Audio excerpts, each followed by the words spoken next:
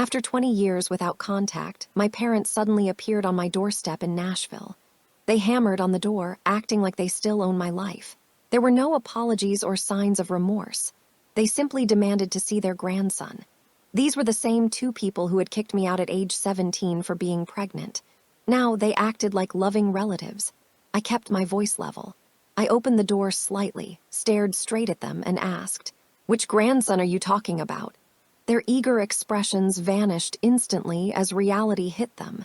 They assumed they could erase the past and claim the child they had rejected. They walked right into the plan I had waiting. Before I explain how I used their greed against them, please hit the like button and leave a comment. Let me know where you are watching from. I want to see how widely these stories of accountability spread. My family disowned me completely when I turned 17. That night is still clear in my mind. I recall the refrigerator noise, the distinct scent of my mother's expensive vanilla candle, mixed with my father's strong aftershave. The positive pregnancy test sat there on the kitchen counter. Those two pink lines changed everything forever. My father, Robert, froze momentarily. Then his voice cut through the silence. "You won't bring disgrace to this home," he stated. His delivery was calm, yet every word stung like a physical strike. My mother, Vivian, didn't yell. She didn't need to show anger. She simply turned our framed family portrait face down. She spoke softly. "Get ready to leave." I tried asking them if they cared what happened to me, how the pregnancy occurred, or if I felt afraid. My father glanced at his watch. "You have exactly 10 minutes, he replied. The sound of the front door latching shut has echoed in my mind for years. I stepped into the Tennessee winter carrying only a cheap jacket, a backpack, and a silver necklace I bought secondhand. I wear that necklace even now. It was the one thing back then that felt like it truly belonged to me. Liam Maxwell, my high school boyfriend who swore he loved me, quit returning my phone calls 2 days later. His parents used their lawyer to send me a letter. It claimed any future attempt to contact him would count as harassment. I read the document crying in a diner booth. The ink blurred as I realized they hadn't just abandoned me. They had wiped me out entirely. I spent weeks wandering Nashville like a spirit. I slept in Centennial Park and used the community center showers when allowed. Whenever a car went by, I hoped my mother might finally appear and say she regretted her decision. She never did. One morning, an older woman approached me. I was sitting on a park bench wrapped in a borrowed blanket. Her name was Veronica Hayes. She didn't ask why I was there. She just remarked, "You look freezing. Come eat breakfast with me." Her voice carried a natural authority. Over coffee that morning, she gave me advice that defined my future. If people discard you, don't bother pursuing them. Instead, establish a life so successful that seeing it makes them regret everything. That advice wasn't gentle comfort. It became my directive. I saw it as my purpose. I did not realize then that her words provided the foundation for the life I would build. The first sign was a note that carried the scent of my mother's signature fragrance. It was a rich, artificial, sweet smell. Attached was an old picture of me at 17, framed between the two people who abandoned me. On the reverse, in her perfect handwriting, she suggested, "We should forget the past. We are ready to see our grandson." I nearly laughed out loud. After 22 years of silence, they suddenly decided I mattered. Only because they believed my child had value now. After a quick look, I left the message sitting on my kitchen counter and resumed my normal routine. Ignoring them was my initial step. The presents began arriving 2 weeks later. My son, Finn, received an engraved tablet signed by his grandparents. A massive bunch of lilies also arrived, making the entire house smell funereal. Each package included a note discussing family bonds and forgiveness. I returned every delivery promptly with a brief response. "I am not ready to confront these memories." I deliberately made my writing appear shaky and unsure. I wanted them to think I was vulnerable. Individuals like them only pursue those they perceive as weak targets. Next, they launched a public relations campaign. A lifestyle publication ran a flattering story about the family, claiming they were heartbroken, trying to reconcile with a cruel, ungrateful daughter. They even included an old picture from the opening of my first hotel, cropped to make me look like a happy member of their group. The online reactions were harsh. "She needs to show gratitude. Family means everything." I never responded to the article. I forwarded the link directly to Dana Quinn. In a few hours, she traced the piece back to the PR agency hired by my parents to fix their reputation. Then Liam Maxwell reappeared. He phoned from a blocked number, his voice softer than I recalled. He claimed he wanted to correct things. He insisted Finn needed a proper father figure in his life. The audacity of his claim made my hands shake slightly. I asked him calmly, "Do you mean the type of father who abandons people when difficulty arises?" He laughed, believing I was flirting with him. He had no idea I was documenting the entire conversation. Meanwhile, Dana's monitoring equipment began flashing with notifications. My parents were researching Tennessee family statutes, inheritance laws, and the process for grandparent access claims. They were not attempting reconciliation out of affection. They were constructing a legal strategy. I pretended to accept their outreach, my repeated replies stating, "I am not ready to communicate," only encouraged them to press harder. They felt certain I was about to break. My father, Robert, started leaving me voice messages about forgiveness and how family wealth should not be wasted because of old anger. He failed to remember he once called my unborn child a moral stain. As their patience wore thin, their attempts at manipulation became public. My mother, Vivian, posted a photograph on social media. It showed an empty chair set at their dinner table. The caption read, "We always save a seat for her." Thousands of likes followed. Sympathy poured in, stacking up like ammunition ready to fire. However, the crucial slip-up came from my father during a charity event streamed online. He addressed the donors using a microphone and stated, "Nobody should lose the chance to know their own grandchild." The audience applauded, completely missing the underlying threat. I watched the video clip from the office I had built from scratch. His tone was perfectly measured, self-righteous, and rehearsed. It was the identical voice he used the night he declared, "You are no longer my daughter." This time, I smiled very slowly. "Excellent," I whispered to myself. "We will give them the public attention they asked for." The evening my father's speech went viral, I poured myself a drink. Then I opened the antique safe that Veronica had given me years ago. Inside were files organized like book chapters. Davis Estate, Maxwell Records, Tennessee inheritance law. I had waited patiently for 2 decades. Now it was time to transform that patience into a weapon. Veronica Hayes had trained me for this moment. When I worked in her firm, she would sit behind her large mahogany desk, Earl Grey tea steaming nearby, and share advice. Revenge is not about fury. It is about perfect timing. Fury fades fast. Perfect timing delivers a clean strike. I hadn't understood her fully then. I understood everything now. The first essential step was legal. I contacted Ethan Sawyer, the attorney who handled Veronica's estate and later became my trusted partner. He did not ask why I was finally ready. He simply said, "I will need copies of every document they ever signed." His calm demeanor grounded me. We drafted legal trusts and clauses that confirmed any individual who had ever waived parental rights to me, or to any child of mine, could never claim inheritance through kinship. This legally mirrored their past cruelty. Next came the digital strategy. Dana Quinn established surveillance tools that alerted us every time my parents searched my name or Finn's name. Within days, her screens were busy with data. Emails to PR firms, communications with private detectives, even Liam's texts about trying to negotiate a financial settlement. We never interfered. We allowed them to build their lawsuit piece by piece. Every word they wrote was a potential snare. I taught Finn how to recognize attempts at manipulation. He was 12, bright and focused, skills he learned through survival just like me. I instructed him, "If anyone attempts to discuss family or legacy, just smile politely and call me immediately." He nodded, sensing the significance of my instruction. We began planting false information in the tech world. Articles started circulating that highlighted Finn's cutting-edge software for improving hotel efficiency. The core story was accurate enough to be credible, but exaggerated just enough to draw them in. A courier arrived a week later with another package from my parents. This one was addressed straight to Finn with a note, "We need to talk about your future." It was perfect bait. Behind the scenes, Ethan and Dana worked flawlessly together. Ethan solidified the legal protection. Dana constructed the digital trap. Every message and every email they sent was intercepted, time-stamped, and filed away.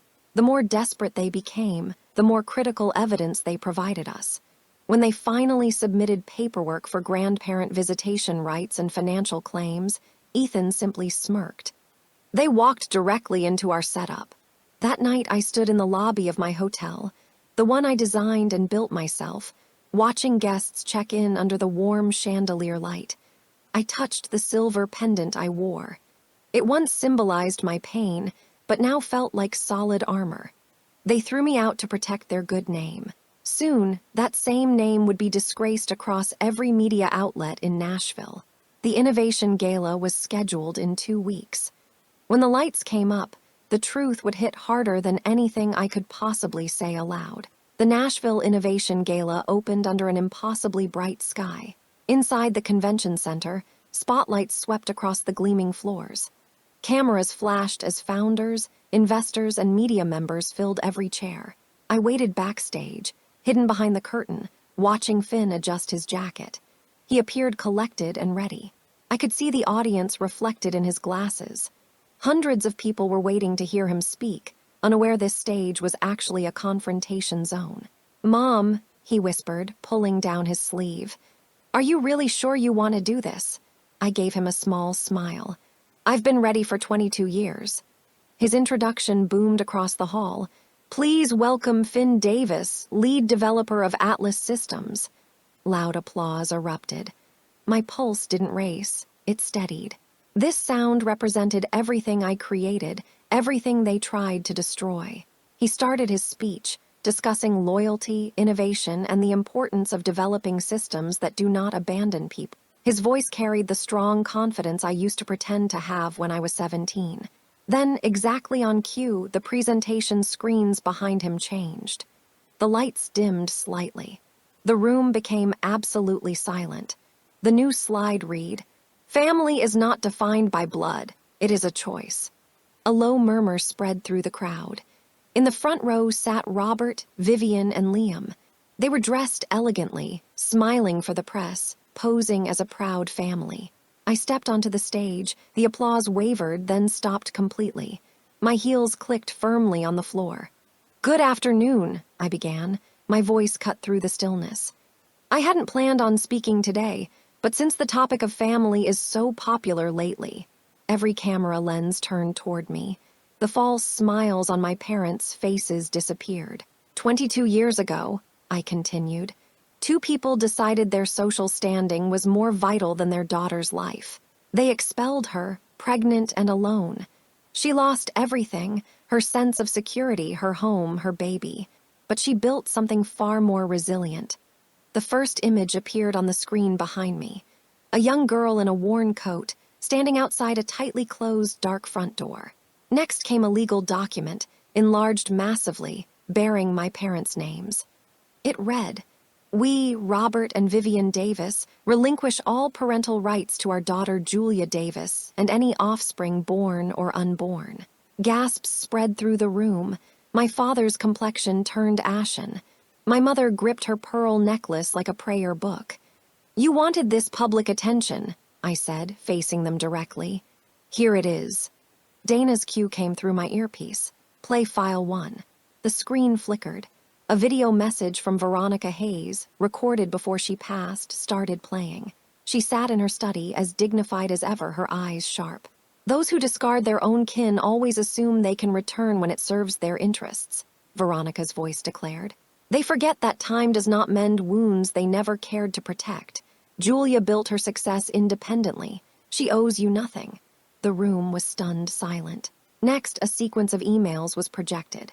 One was from Robert Davis to his PR team, subject line, "Public Sympathy Strategy." If we stress the family connection and highlight the grandson's recent success, public opinion might shift in our favor.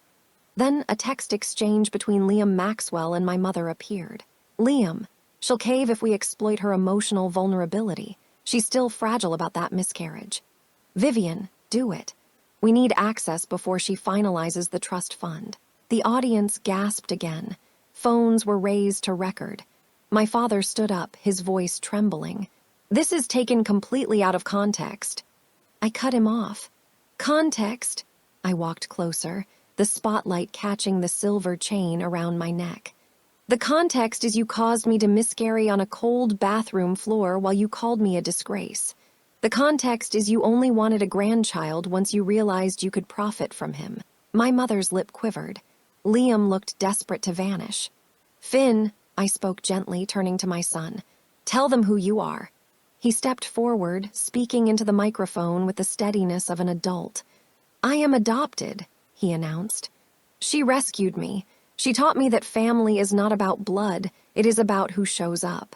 That single statement moved the crowd deeply. People rose to their feet. Some clapped, others were frozen as journalists rushed for sound bites. Then Ethan Sawyer, my attorney, calmly walked onto the stage stairs carrying a folder. "For the public record," he announced clearly, "these individuals have filed false claims under Tennessee family law.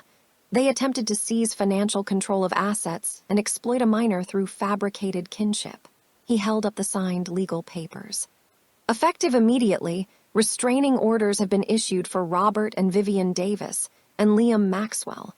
They are prohibited from contacting Julia or Finn Davis."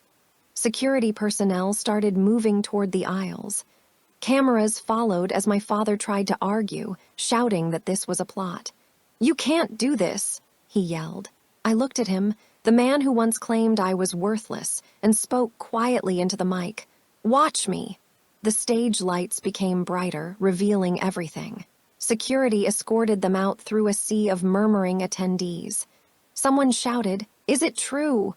Another yelled, "How could you abandon your daughter?" My mother's face was chalk white. Liam kept his head down. I stayed put until the doors closed behind them. I turned back to the audience. "They taught me that love has limits," I concluded. "So I built my life outside of theirs. If you have ever been told you are not good enough, prove them wrong by succeeding." The applause began softly, then erupted into a roar. People stood cheering, some wiping their eyes. Camera flashes looked like lightning. Finn reached for my hand and squeezed it. We walked off the stage together. In the quiet hallway, away from the commotion, he whispered, "Is this finally finished?" I shook my head. "It's not about ending something. It is about restoring balance." Outside, news trucks lined the street, headlines already forming. Davis scandal. Justice for Julia. Family is choice. For the first time in years, I felt a weight disappear. Not because I had one, but because I finally stopped carrying burdens that weren't mine. By the next morning, the footage from the gala was everywhere. Every major network replayed the moment my parents were removed, their expressions distorted under the bright lights. Commentators called it the Davis collapse. Hashtags trended for days. The consequences hit hard within a week. 3 of my father's business partners in real estate canceled their deals, citing ethical concerns. His company's stock dropped 15% overnight. Anonymous information, thanks to Dana, exposed screenshots of my father's private messages calling me a marketing problem. Investors abandoned his company quickly. My mother attempted to issue a public apology, filmed in their living room. Her voice trembled with fake regret.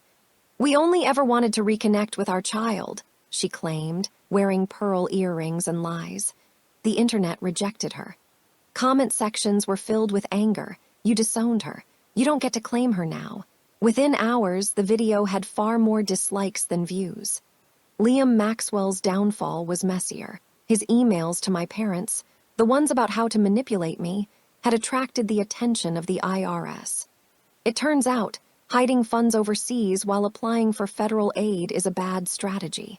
Ethan's contacts alerted the right agencies. Within a month, Liam was under investigation for tax fraud and misrepresentation. He went completely silent after that. Meanwhile, I concentrated on building something positive.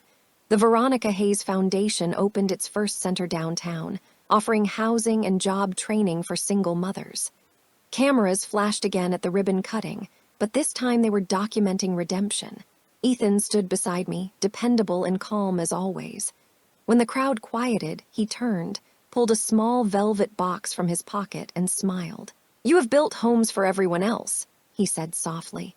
"Perhaps it is time to build one for yourself." The audience gasped when I accepted his proposal. That night, after everyone left, I walked through the empty hall. The air smelled of promise and new paint. I touched the silver necklace still hanging around my neck. For years, it had reminded me of loss. Now, it felt like proof of my resilience. Some nights I still hear the front door click shut, the sound of being rejected. But when it echoes now, I picture a different door opening, the one I constructed on my own. If you have ever been told you are not enough, remember this: your value does not need their permission. Establish your peace and force them to watch from the outside. Hit like, share this story, and tell me where you are watching from.